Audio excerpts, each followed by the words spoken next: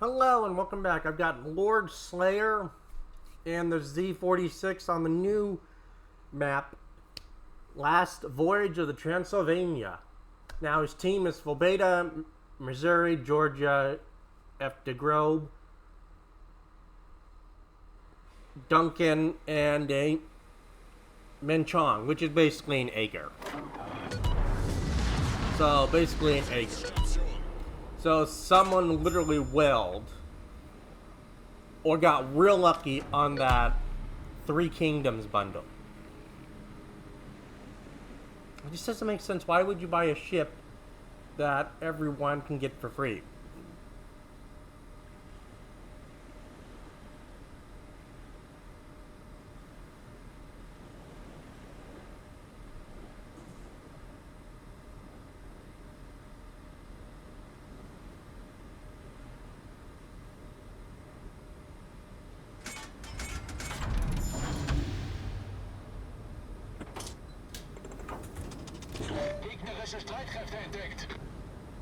Now, carriers are probably one of the funnest mode ships to play in this because of the ridiculous plane regeneration time. Like, it's ridiculous. It's hard to deplane a CV in this mode. If you get deplaned in a CV in this mode, then you're just a bad CV player. There is no excuse. I'm sorry, but if you get deplaned in a CV, you're just a bad CV player. But DDs, it's a little bit more challenging. Battleships get a lot of health and contain. Cruisers get like a heal the more damage they do. The DDs really only get like increased torpedo armament and a little bit of gunnery load. So there is, these are the lower or the lesser class. Unless you're playing a Jaeger, then you're just launching torps.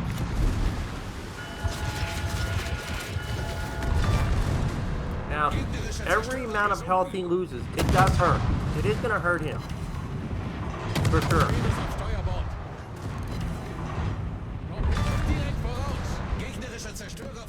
Fortunately, the shells and literally the torps move so slow, it's very easy to dodge.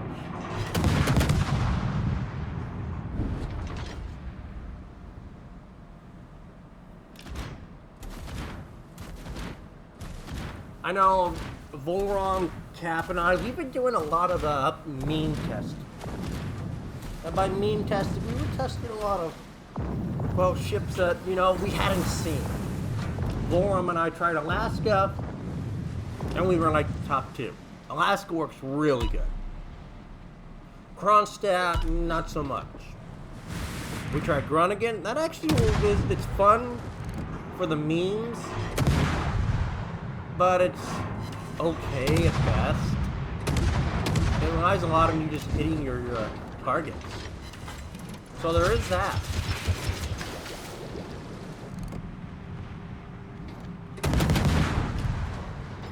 But I would say carriers, Illinois is a great ship if you have Illinois. That's just a fun ship to play in this mode.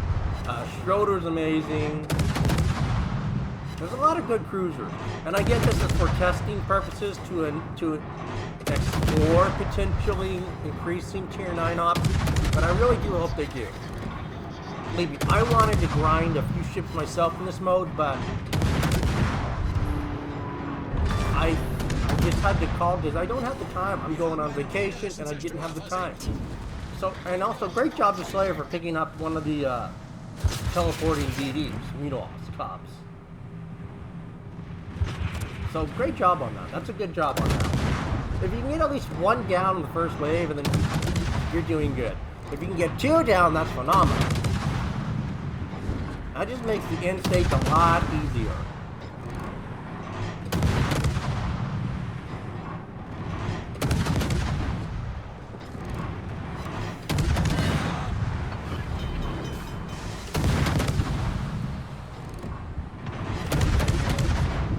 The George is the one really tanky in this all these ships.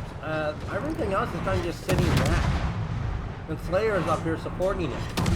And we're going to see that tankiness and just all that reflected in the end score. I mean, it's going to happen. The people that are usually up front doing most of the work are usually the ones that win and are at the top. Picks up the octopus. I really do love that camo on the phenomenon, though. That is a great camo. Looks like Georgia put a decent little salvo right to the bow. I really hope that when they do bring tier 9 ops eventually, is that it runs like the normal, well, ops, where it does max damage to like everything, and the shells are the same speed. And I want to see for tier 9 ops, high tier ships. I mean, I'm talking tier 10 ships as opponents, super ships, and tier 9s. I don't want to see 8s. Because tier 9 just running over 8s,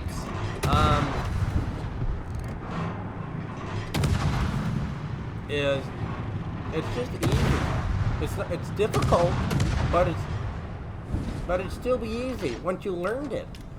And I think for high tiers, the ops community needs to have a little bit more challenge. I get to make it easy for the lesser ones, but then if you're gonna do that, there needs to be a hard mode also. A hard mode needs to be implemented, absolutely. Because a lot of players like myself, I like carrying, I love to carry the team, but I also like having a little bit more of a challenge.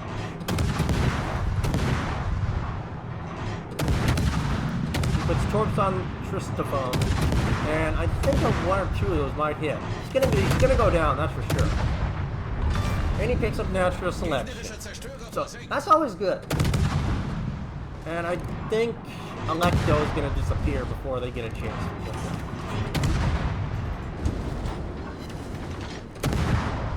It's going to be close. Oh, so close.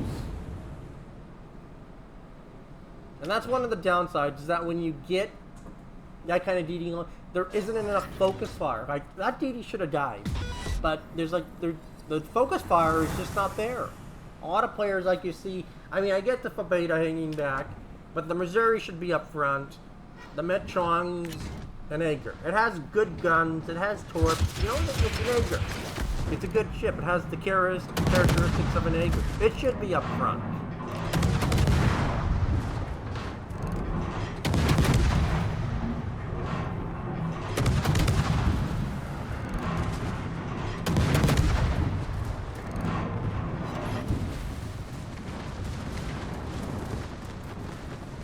Oh god, is he gonna go out of the field? Oh my god, the FDG is going out of the field.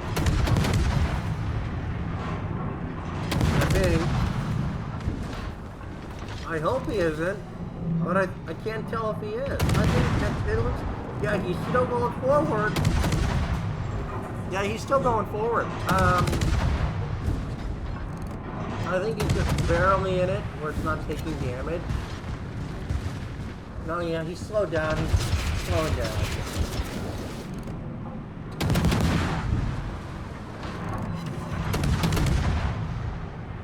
I mean, I'll be honest, he's more confident than the players I've seen just go out of the field. And I know we've all seen those players that have just drove straight out of the field or not paid attention.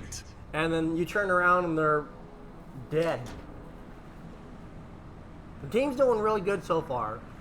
But it's always shit can happen.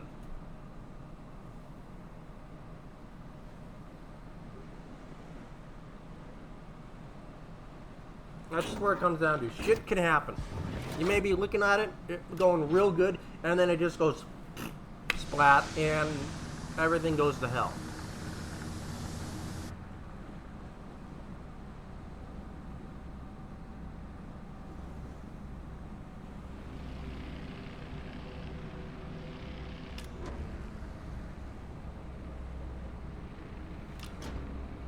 Now, George is at like half health.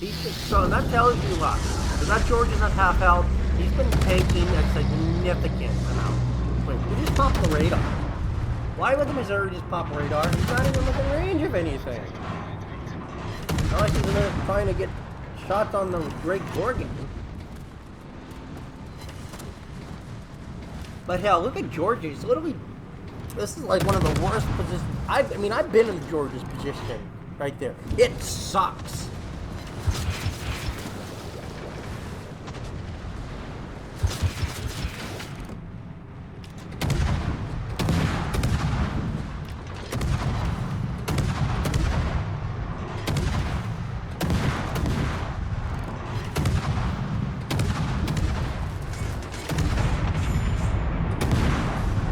Now he does pick up Ray.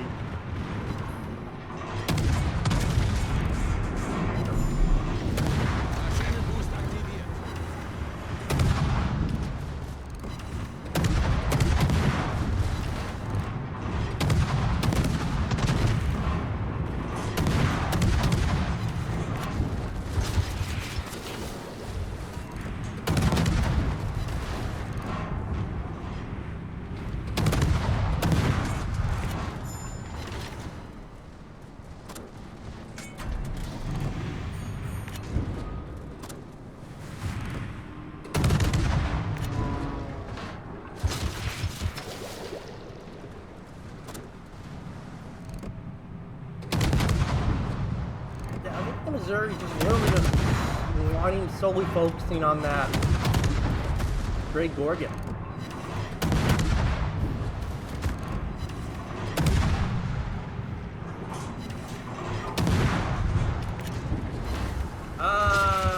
Looks like Georgia's gonna go for a drive-by and try to kill it.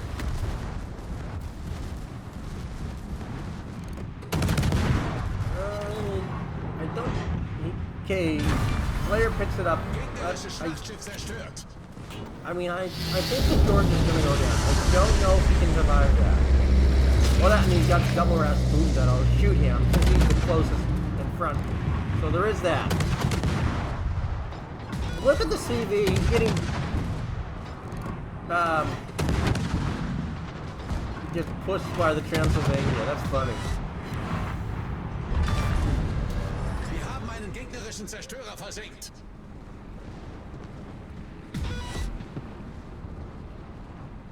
And there goes the Georgia, so it activates Will of the Fallen. For those of you that don't know, so when I can get to it, but it gives you like a damage boost and everything. Feuer auf gegnerisches Kriegsschiff konzentrieren.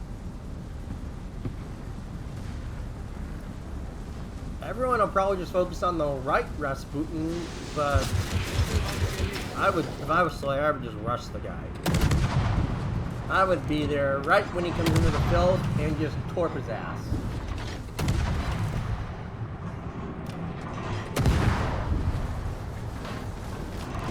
And you see that the Missouri, some of those guys in the back haven't really been doing much.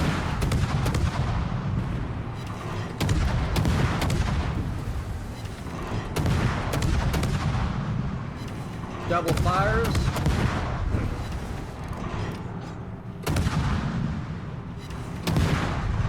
And there goes another one dying to Will of the Fallen. There's the torp. Oh! I mean, he's gone. But he did get his torps off. And the Transylvania saved. That's all that matters.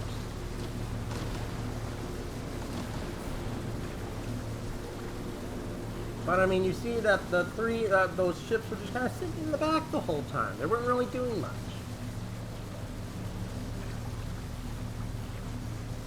But it was basically just the Georgia and Slayer that were mainly doing most of the hard, up front carrying. I mean, if they hadn't been there, Pennsylvania would have lost all this help.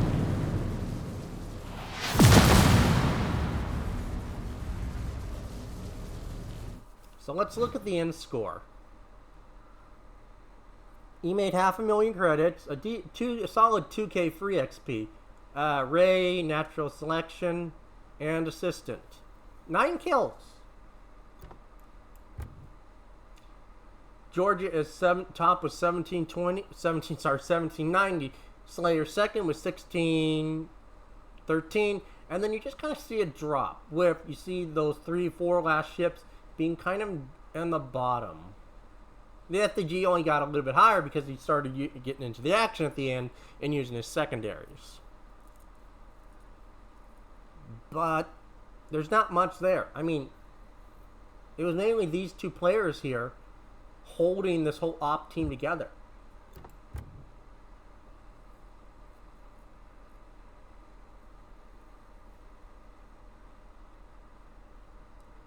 Well, hell, and I think Slayer slung 2 of the Khabarasks. Actually, sunk all 3 of them. One, 2. No, I think he did sink all 3 of the Cobs.